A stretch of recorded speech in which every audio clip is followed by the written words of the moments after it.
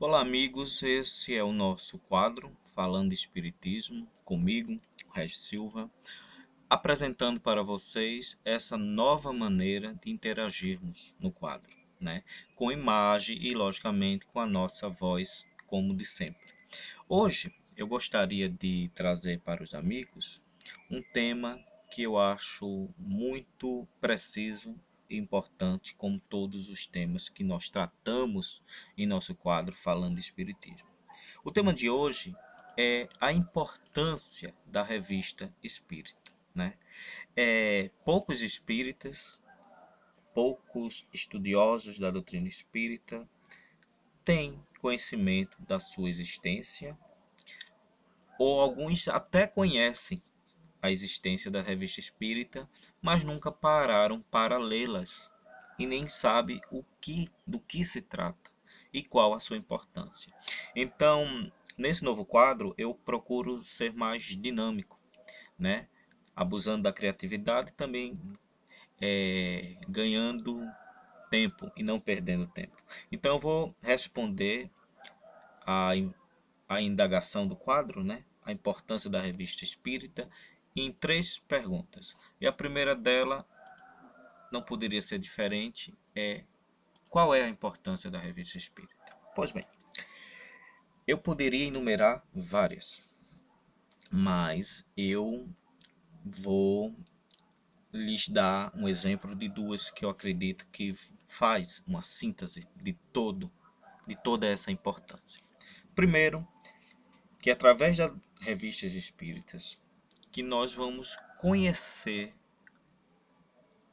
de uma maneira melhor e mais clara a personalidade de Allan Kardec.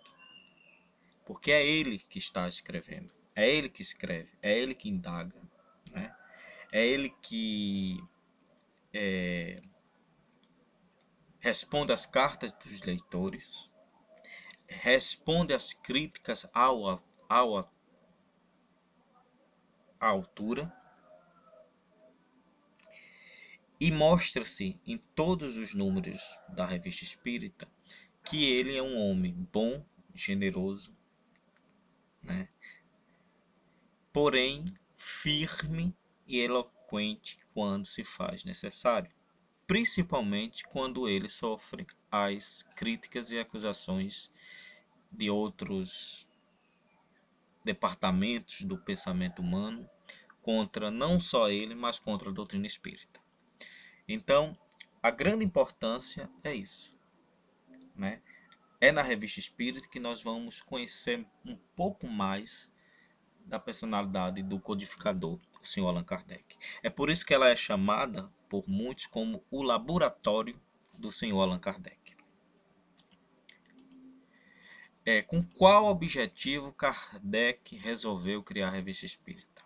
Ora, como toda revista tem como objetivo uma vitrine, né, para divulgar alguma coisa, então o senhor Allan Kardec pensou em criar um órgão de publicidade como a revista, para não apenas divulgar a doutrina espírita. Esse é um dos objetivos, logicamente, o mais importante e o mais forte,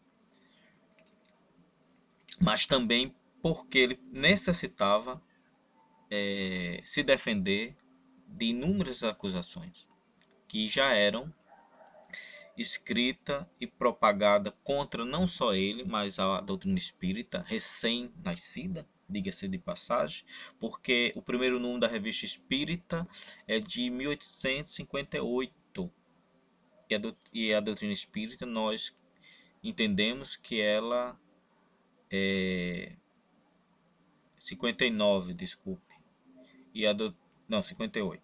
E a doutrina espírita nós entendemos que ela surge com a edição e o lançamento do Livro dos Espíritos e de 57, né, 1857. E logo que surge o Livro dos Espíritos, para que a gente possa entender melhor o que estava acontecendo na época. Claro que o seu lançamento, o seu surgimento criou uma grande transformação nas mentes daqueles que puderam ter contato com ele e tinham mentes abertas para ele. Porque à época a França estava vivendo o chamado Iluminismo. As cabeças pensantes da época estavam mais abertas para determinadas é, é, revoluções, renovações, que não ficasse apenas atrelado o que a igreja, ou ao melhor, a fé da época, queria e pretendia manter pela sua imposição, né? Porque antes do iluminismo nós sabemos através da história que era até pecado abrir um corpo para estudos, né? Que muita coisa era tida como pecado, principalmente se a fé da época não pudesse explicar. Já dizia que era coisa do demônio, assim sucessivamente. Então o espiritismo ele chega no momento, depois da grande revolução e tudo mais, no momento oportuno. Os cientistas já conseguem fazer determinados trabalhos. Os pensadores e filósofos estão cada vez mais questionando a fé da época, e por causa desse questionamento, muitos foram considerados hereges e ateus, embora não fosse, só que não compreendia o Deus dogmático da Igreja Católica. E vem aí o Espiritismo, explica Deus numa síntese totalmente, completamente lógica. E isso aguçou a curiosidade de muitos pensadores, filósofos e escritores da época. Mas também fez com que aqueles que ainda estavam presos à ignorância da fé cega começasse a se voltar contra a doutrina espírita e contra Allan Kardec. E esse já tinha de meios de publicações em jornais, em revistas, e fazia com duras críticas. Usavam todos esses meios de comunicação deles, ou oferecido a eles, por quem também pensavam assim como eles, contra o Sr. Allan Kardec. E não davam a Allan Kardec o direito de resposta. Então ele também achou necessário ter o seu próprio órgão, né? E pudesse nesse órgão de publicidade exercer o seu direito de defesa. E assim fez de uma maneira eloquente e enfática. Aí daí surge aquele quem acredita que ele era um ser sempre firme, duro, austero, e não é nada disso. Porque nós vamos ver o outro lado de Allan Kardec, ou melhor, nós iremos, através da leitura da Revista Espírita, conhecer todos os lados da personalidade do codificador Allan Kardec.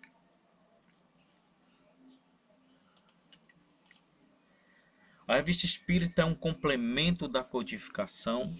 É, é um complemento da codificação e não poderia ser diferente. Porque depois do lançamento do Livro dos Espíritos, ela começa a ser publicada. E daí vai surgindo outros livros da codificação e também não da codificação, como o que é o Espiritismo, o Principiante Espírita, que são livros complementares da codificação. Não são as 5 obras básicas, que são o Livro dos Espíritos, o Livro dos Médiuns, o Céu e o Inferno, o Evangelho segundo o Espiritismo e Agendas, né? Obras póstumas faz parte da codificação, mas não é tido como se fosse, porque não foi escrito pelo senhor Allan Kardec, mas por seus amigos depois do seu desencarne. Mas, enfim, aqueles livros que não fazem parte, e todos os escritos que não fazem parte dos 5 livros principais da codificação, nós compreendemos que é um subsídio a ela e um complemento a ela. Não poderia ser diferente. E eu vou lhes dar um exemplo. Na questão do Livro dos Espíritos, e na parte do Livro dos Espíritos, que vai tratar da obsessão, ou desculpe, da possessão ou subjugação, Kardec faz um comentário, porque esse era a dinâmica, né? Kardec perguntava, os espíritos respondiam, Kardec se não sentisse tão confortável com a primeira pergunta, fazia a segunda, os espíritos respondiam. E assim como finalizava, mesmo assim, algumas questões, ele achava necessário fazer complementos com a sua opinião. Então, são os comentários de Kardec.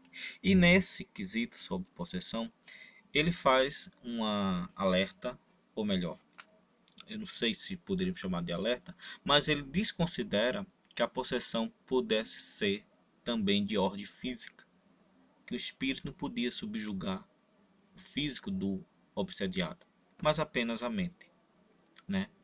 E isso também ele vai tratar de uma maneira bem firme no Livro dos Médiuns.